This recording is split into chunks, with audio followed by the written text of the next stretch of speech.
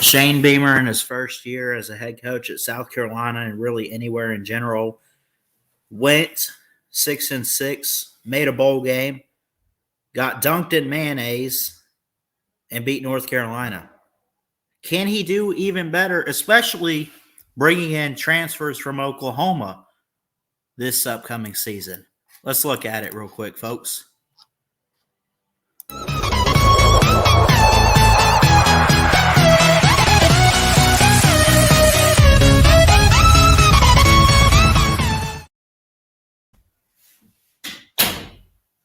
What's going on, everybody? Christian Bauer here, Ballard Sports Media, coming at you with a 2022 preview. Again, going based on conference, starting out with the SEC. We've done Vanderbilt, we've done Bama, we've done Georgia so far. Also, Texas A&M. Sticking to the SEC, of course, doing it based on conference. Plenty of time, still like 8 months left until college football comes around. But sticking to the SEC, going to be looking at the South Carolina Gamecocks and what they did this past year, what we can expect this upcoming year. I think this is one of those, it could be a Cinderella story for them. I really think that they have found their guy in Shane Beamer. But again, one season isn't going to define that. But it's a good start, a bowl win. You look back at last year, real quick, look at their schedule and all that. 7-6, 3-5 in SEC play, and they win the Duke's Mayo Bowl 38-21 over North Carolina, who was a preseason pick to win the ACC Coastal, potentially upset Clemson, and maybe win the ACC. Obviously, North Carolina disappointed, but South Carolina, I can promise, did not. They shut out Eastern Illinois, nothing to it. They struggle against East Carolina. East Carolina's had some good teams. They go play them at in North Carolina on the road. To get a road win like that, 3 points, not too bad. Georgia, we know all about that team. I'm not even going to get into that other than Georgia did great last year. They won the Natty. They were just having that kind of team. Nobody was going to stop them. 16-10, they lose to Kentucky. We troll certain teams and we make jokes about Kentucky and everything. The SEC with teams like South Carolina versus Kentucky is one of those coin flip games. I don't know where we stand going into each season. Oh, Kentucky's going to be better. No, South Carolina is. There's no reason they should lose this game.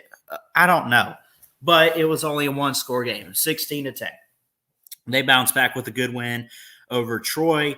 Then they lose to Tennessee, but then they bounce back against basically, they didn't really have embarrassing losses, but they had some wins. I mean, and their losses were close outside of a blowout with Tennessee and then a blowout with Georgia, and Clemson shut them out. But to beat a team like Auburn, to beat a team like Florida, to beat Troy can be a pretty interesting team at times. But, you literally had one of those years, and Luke Doughty was the quarterback for them this past season. It literally was, you don't know what SEC, or not SEC, but South Carolina team you're going to get this weekend. Are you going to get one that wants to be there, wants to play the game, wants to win the game, and go out and perform well? Or are you going to get one that's going to play a close game and not know what to do at the end and kind of give it up a bit? They played some close games, really, and again, like I mentioned, like all their losses were practically one or two possessions outside of the Georgia game. That's not bad. They competed.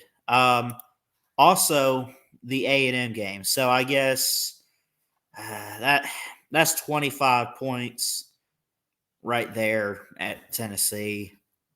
That's 30 points. And then whatever, y'all do the math. 27 points to Georgia. So 3 blowout losses. Count it 4. It was a shutout. Look, here's the thing. Forget about how they lost for a second. The teams that they lost to were not bad. I don't, even with the offseason that they had, I don't think for South Carolina to lose at Neyland Stadium is necessarily a bad thing. I think the only thing that kind of made it bad was, you know, going into this Vanderbilt game, you're 1-3 in the last 4 games, and I mean, you dropped 3 SEC games in a row, and in between two of those games, you get a win at home against Troy, um, which is not a bad team. Again, as I mentioned, overall, the highlight of the year, though, yes, they won a bowl game, right? Like, let's just call it what it is. For Shane Beamer in his first year to go and make a bowl game and then win a bowl game is very impressive. So, can we really sit here and say, but they lost to so and so with this? I mean, who cares, right? Who cares? I think they're going to be great this upcoming year. Let's just go ahead and move on past 2021. Bottom line is, you look at the losses that they had; they were not good, right? Expected. I mean, you only lose by 6 to Kentucky. Georgia blows you out. A&M's just that good of a team. It's not like they really lost games that they shouldn't have lost. Tennessee is always a coin flip, but regardless, they went 6-6. They were bowl eligible. Okay, great. South Carolina made a bowl game. They won a bowl game in a first-year head coach in Shane Beamer, Frank Beamer's son, by the way. And they beat a team that I think should have won the game. 38-21 is what South Carolina ended up winning. But again, overall, I think it started out pretty rough for South Carolina, but they pulled it out towards the end of the season. And again, regardless, I think South Carolina fans can be happy that they won a bowl game this year. Forget about who you lost to, what teams you struggled against. Forget about all that. You won a bowl game with Shane Beamer. That's impressive. All right. Getting into it now, 2022 preview, why we're here. Georgia State. Do not pull a Tennessee here. South Carolina, come on. At Arkansas, play Georgia, Charlotte 49ers. Then you play a in-state team. I don't know if it's necessarily a rival, but it's an in-state team in South Carolina State. You go to Kentucky. You take a bye week. Then you get a really tough stretch here. All Power 5 to close it out. Go and play A&M at home, Missouri at home, at Vandy, at Florida, Tennessee, and Clemson. And again, I mentioned what they bring in. They go to the portal, bring in Spencer Rattler, a former 5-star, and then a 4 or 5-star tight end, both from Oklahoma. And currently, by the way, when you look at it, South Carolina in recruiting is currently number 24. They are currently 11 in the SEC rankings. It's not good, but it's a start for Shane Beamer to do this in year 2 right now, where he is. I think he's in a good position. So they have a 5-star quarterback. I do think Spencer Rattler is talented. Now, slow my roll here. I'm not here to hype him up and say, oh, they got something. They got a great quarterback. They got this. We have to wait and see what happens, right? But I think that, first off, it was a big surprise that he went to South Carolina, transferring out of Oklahoma and Norman. But I think it could be something. I really do. The offense last year had a great offensive year. When you look at it, I mean, it wasn't too bad. But at the same time, again, it's also they got some issues. Luke Doughty was the quarterback for most of the season. He had 60 completion percentage, 5 touchdowns, but took 11 sacks. That O-line sucks. It's abysmal. But Zaquandre White, and then Kevin Harris, they have good running backs. And again, South Carolina is not that good of a team. So it's weird to look at the stats and see that the lead rusher had only 600 plus yards, not even 700. But I think because of Will Muschamp and everything, basically what I'm trying to get at, folks, is that compared to what they've had in recent years before they fired Muschamp last year, I think South Carolina would take anything. And I think for them personally, I think that this past season was pretty good.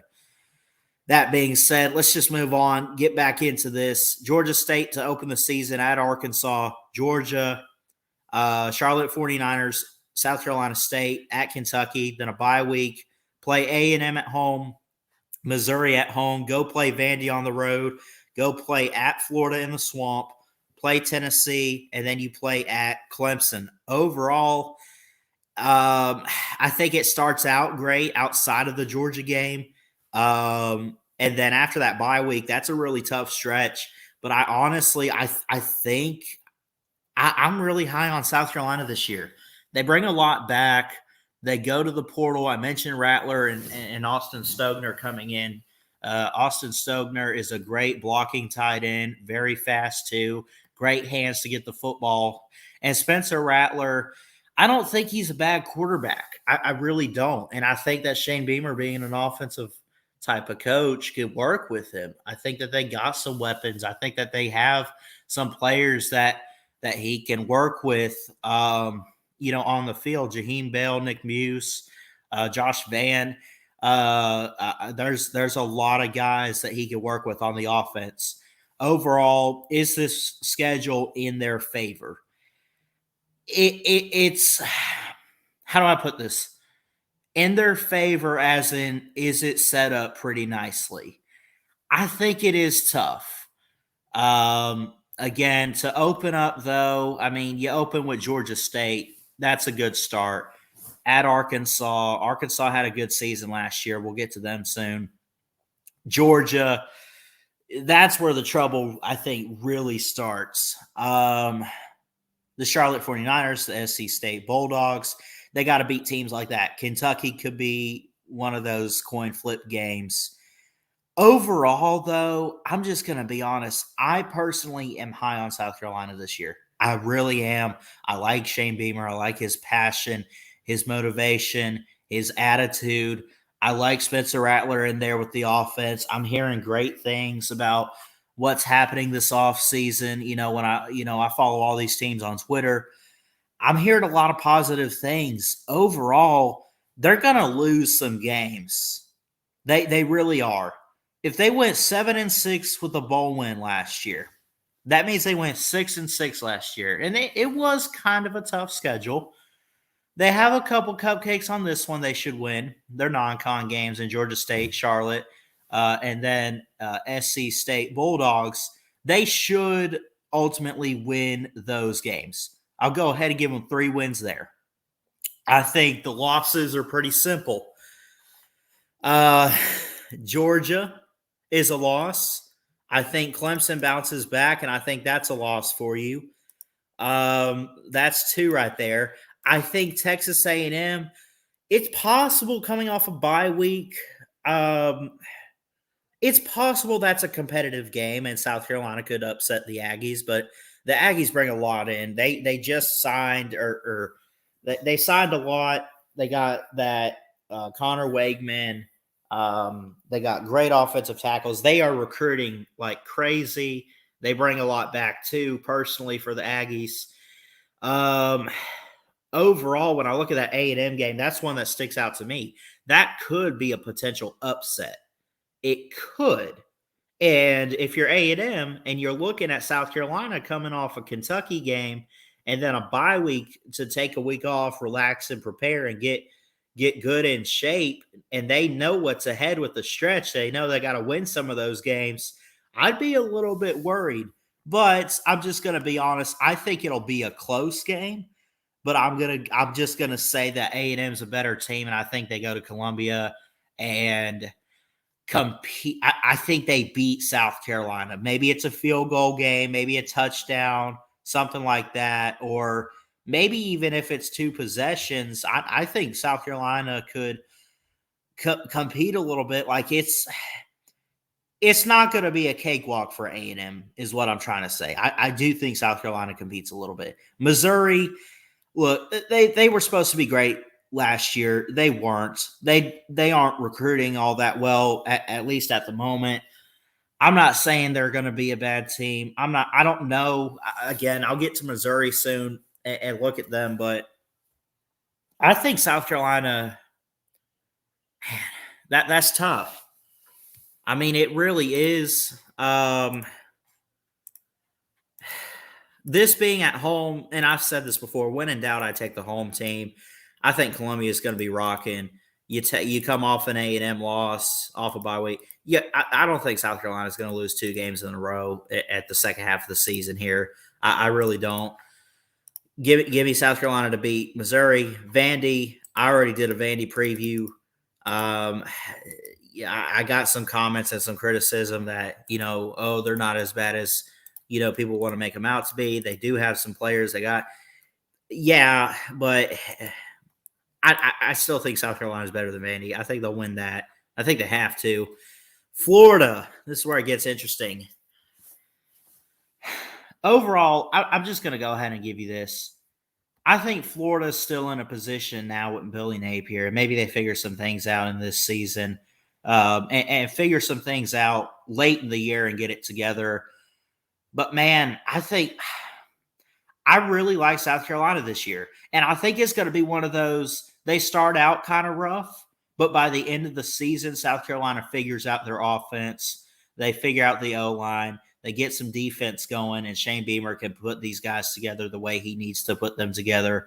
I'm going to say I think Florida might be favored in that game. I'm going to say South Carolina pulls an upset. I'm going to give them a Florida game.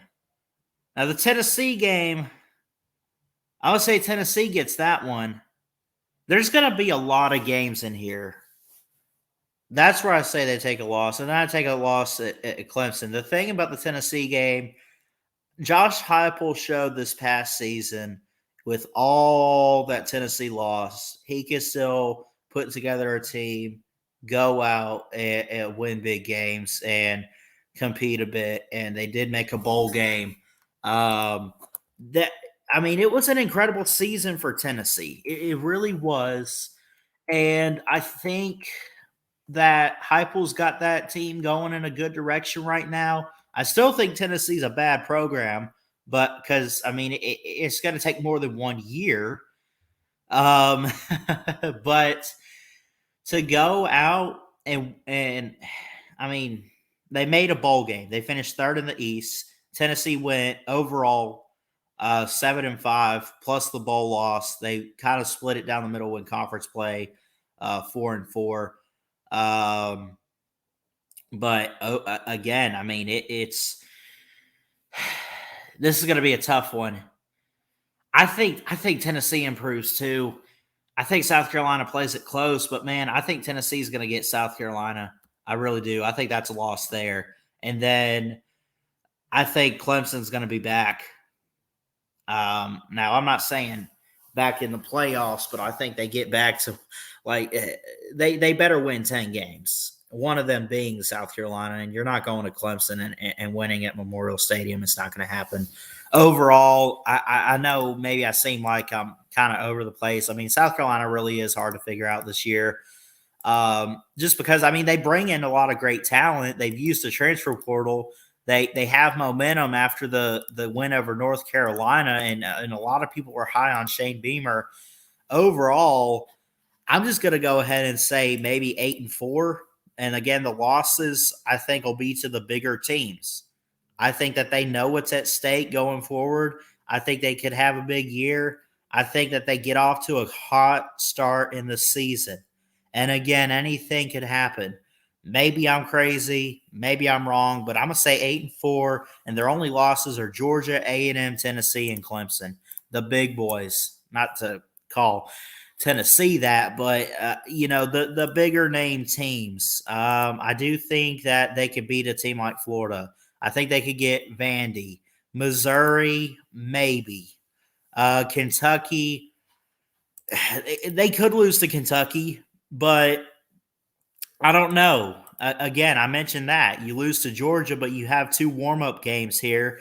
You kind of get back in shape a bit. You go to Lexington, and you look down the field of the schedule. I don't think they like overlook it. It's possible though. I mean, they could drop an extra game and go 7-5. Maybe they're overlooking and getting ready for A&M. Do they get kind of flustered a bit and overlook it and go forward? Uh, like, could they drop that Kentucky game? That's possible. They could even drop Missouri. They could drop Florida. I mean, they could finish. I think they finish around somewhere 6-6, like at a minimum 6-6. At max, I don't think they win more than 8 games. But either way, I mean, if they could at least make it back to another bowl game for a second straight year, I think it would be an incredible season for them. And again, Shane Beamer's only going to be in year 2, and it's a start. It's not that big of a deal if they end up going like 6-6 again or whatever. That's not a big deal, not a big problem. I think South Carolina fans couldn't ask for more, honestly, after this past season with the first year head coach. And if you're a South Carolina fan and you watch 2022 and say, well, we didn't win an extra game. So we finished 7-6 with a bowl win. It was 6-6 again. It was, did you make another bowl game? Did you win another bowl game? Then after year 2, try to go forward. Try to improve just a little bit each year. But again, I'm going to call 8-4. I think something like that, let alone it's possible 7-5 if they drop maybe that Florida game. But again, I'm going to say an upset there, and I think that they could beat the Gators. But again, I want to hear from y'all in the comments. Let me know. Again, I apologize. I mean, I'm kind of rambling on a bit, but I kind of looked at the recruiting. They're somewhere in the 20s right now. They bring in a 5-star quarterback in Spencer Rattler, who I think if you put him in the right place, he can be successful. They bring in another Oklahoma player in Austin Stogner. I mean, they're using the portal, right? They're 11th in the SEC rankings. National Signing Day is coming up in February. Who knows what Shane Beamer's doing right now? I love hearing him in his press conferences. He just has a lot of energy and enthusiasm and excitement that he loves this program.